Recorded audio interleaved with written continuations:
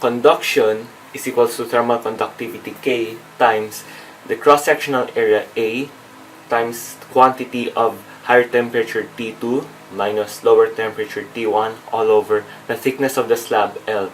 Now this is the general equation for conduction. Thermal conduction is the transfer of thermal energy between two objects that are touching. Conduction is at its best at some solids and liquids compared to gases.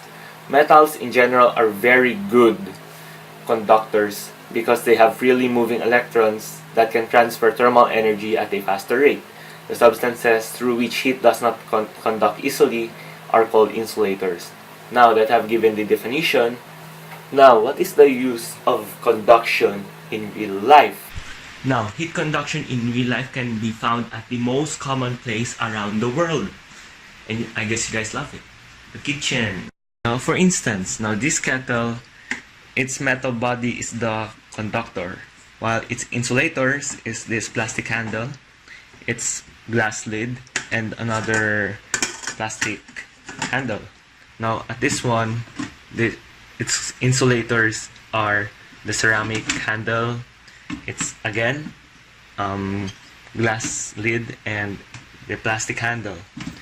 Its conductor now is the metal body and all of its body parts. Inside is the conductors. Also a fun fact, did you know that water can be an insulator?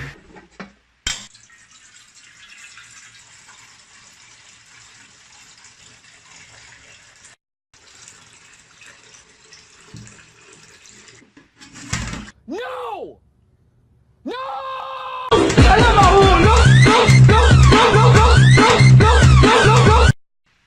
Now that it is fixed, because of the slight hiccups a while ago. Oh yeah, I almost forgot. Also, this stove is also a great conductor. Now, going back to what I said, that the water is also an insulator. Now, I'm gonna turn on the heat. Now, the fire is on, and the pan itself is the conductor. As you can see, I'm gonna put my hands and submerge it. Now, I'm not feeling any heat yet. But then again, it's also an insulator. Now, at the pan, I can feel the heat here, and all over its surroundings. It is very well heated, and I'll put my hands again into the water, and then again. Now I just proved that the water is also an insulator. Now, I said plastic a while ago, right? Is it also a great insulator? Now I'm gonna cook my own breakfast. Wait, what time is it? Oh, never mind.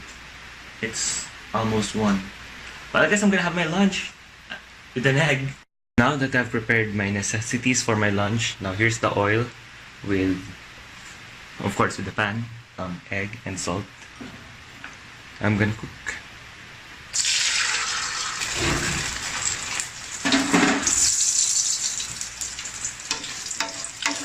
Now, like I said, is plastic a good conductor?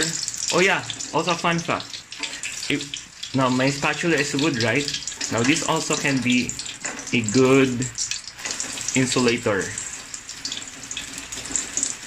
Oops, I think I failed my egg here. And I guess it's a bon appetit for me. Now, what are my insulators? Now, my insulator is this wooden spatula.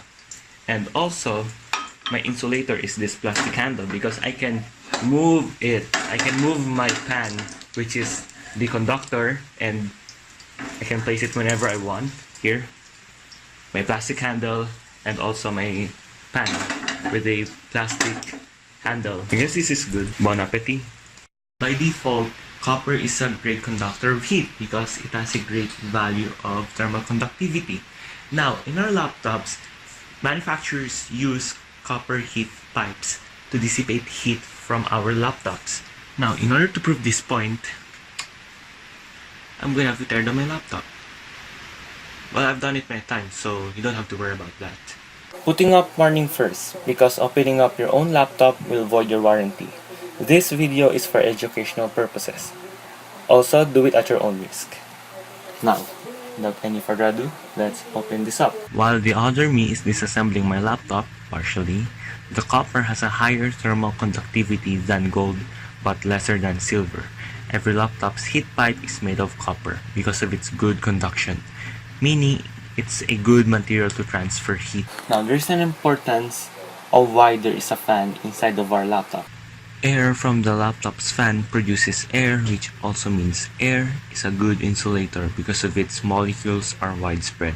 With that being said, it makes the transfer of heat hard.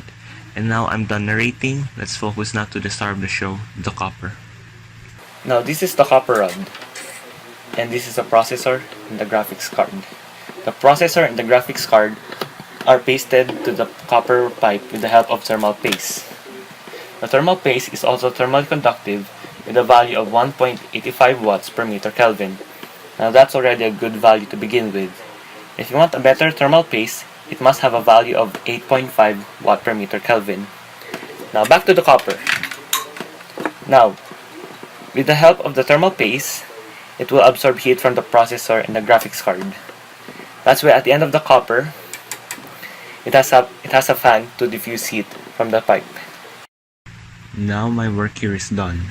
Time to put everything into its place. To conclude this video, heat conduction is the most common and occurs regularly in nature. It's a transfer of heat through physical contact. For it to transfer heat, one must consider the material if its thermal conductivity value is high or not. If it is high, then it is a good conductor. If it is low, then it is a good insulator. Before I finish this presentation, I'm going to check if it will boot or not. And it successfully booted. Are you a fan of Resident Evil? Because I am. And that concludes this video. See ya, and thanks for listening.